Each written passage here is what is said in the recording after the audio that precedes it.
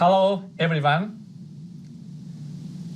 I must begin by thanking Dr. Chen, Chairman of the Prospect Foundation, for having me today. March 23rd, 1996.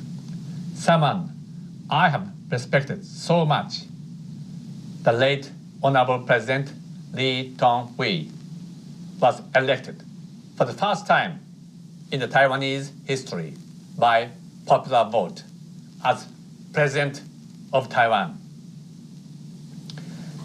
That was the moment when democracy began to take root in the nation.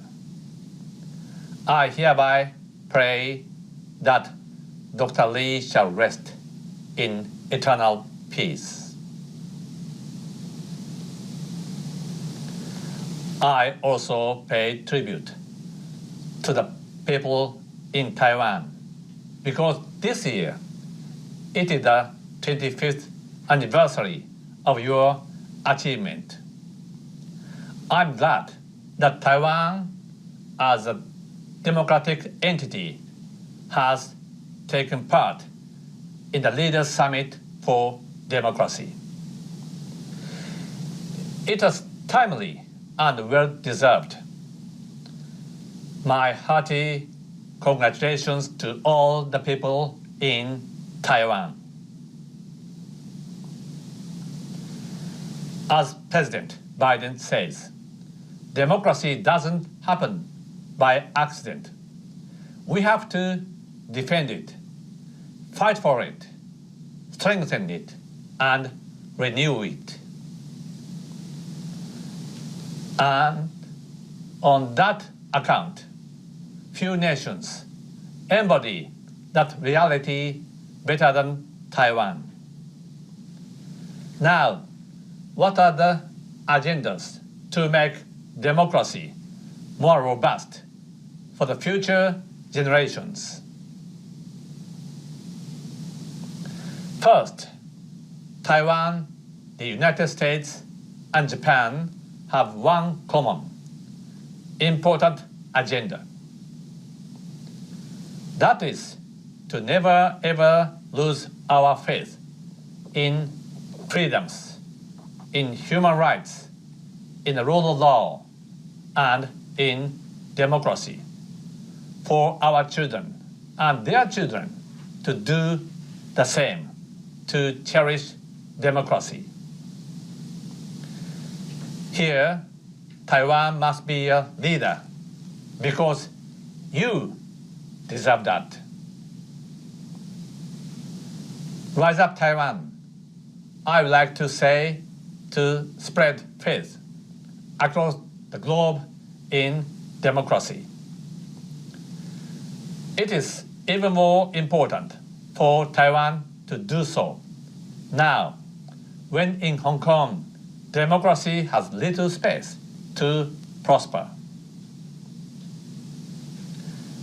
Second, why shall we lose no faith in democracy? Democracy may be messy. Democracy consumes time. A study shows that in 2016, as Prime Minister, to answer questions from my fellow members of the Parliament, I spent a total of about 370 hours tied to a chair, not so comfortable, on the floor of the Parliament. Democracy, therefore, also hurts. It is not good for your health. David Cameron, on the other hand, in that same year, did so only for about 50 hours. I envied him. Still, however, messy. Democracy is forever young. If the administration gets too rusty, you can change it, and your democracy gets renewed. Where there's no consent of the voters, there's no government. The power of democracy comes from within, neither from without, nor from the above. That is why, in the long run, democracy is strong. Third, when there is a threat over Taiwan and its democracy, it is a dire challenge to all of us, especially to Japan. With that in mind, I have enhanced Japan's national security. The United States military and Japanese self-defense forces have been close all the time. Now, the relationship is even closer. It is Japanese self-defense forces that provide security cover to US military assets in and around the country every day. Lest we forget, weakness invites provocations. The three of us must stop no effort in building our capabilities in all domains, from the undersea, sea surface, airspace, to the cyber and outer space. To that end, let us consider new ways of sharing our knowledge and technologies even more effectively. Here's another point. An adventure in military affairs, if pursued by such a huge economy like China's, could be suicidal, to say the least. We must urge them not to pursue territorial expansion and refrain from provoking, often bullying, their neighbors, because it should harm their own interests. And yet again, we must have more partners to work with to make our voice heard with more strength. With that in mind, I worked hard, first to reinvest into the alliance with the US, second to widen our boundary from Asia-Pacific to Indo-Pacific, and third, to launch the Quad process.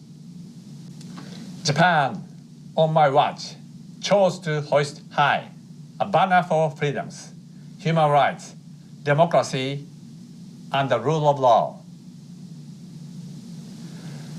Not only India and Australia, countries such as France and the UK, and even more freedom-loving nations are gathering around that banner.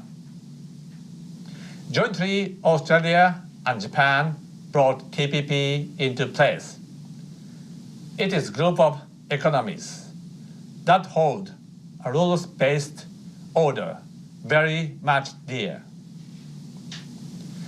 That is why the UK does qualify as a member, and so does Taiwan, without doubt. Finally, the United States, Japan, and other like-minded countries should work hard to bring Taiwan to international organizations of universal relevance. WHO comes on top of the list. There are many others. That is one important way for us to sow seeds of hope for the next generations of the Taiwanese.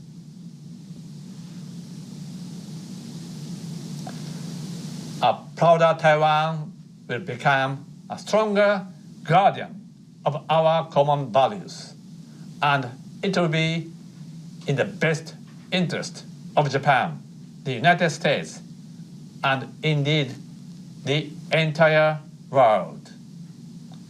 Thank you very much. Many thanks to Your Excellency Shinzo Abe.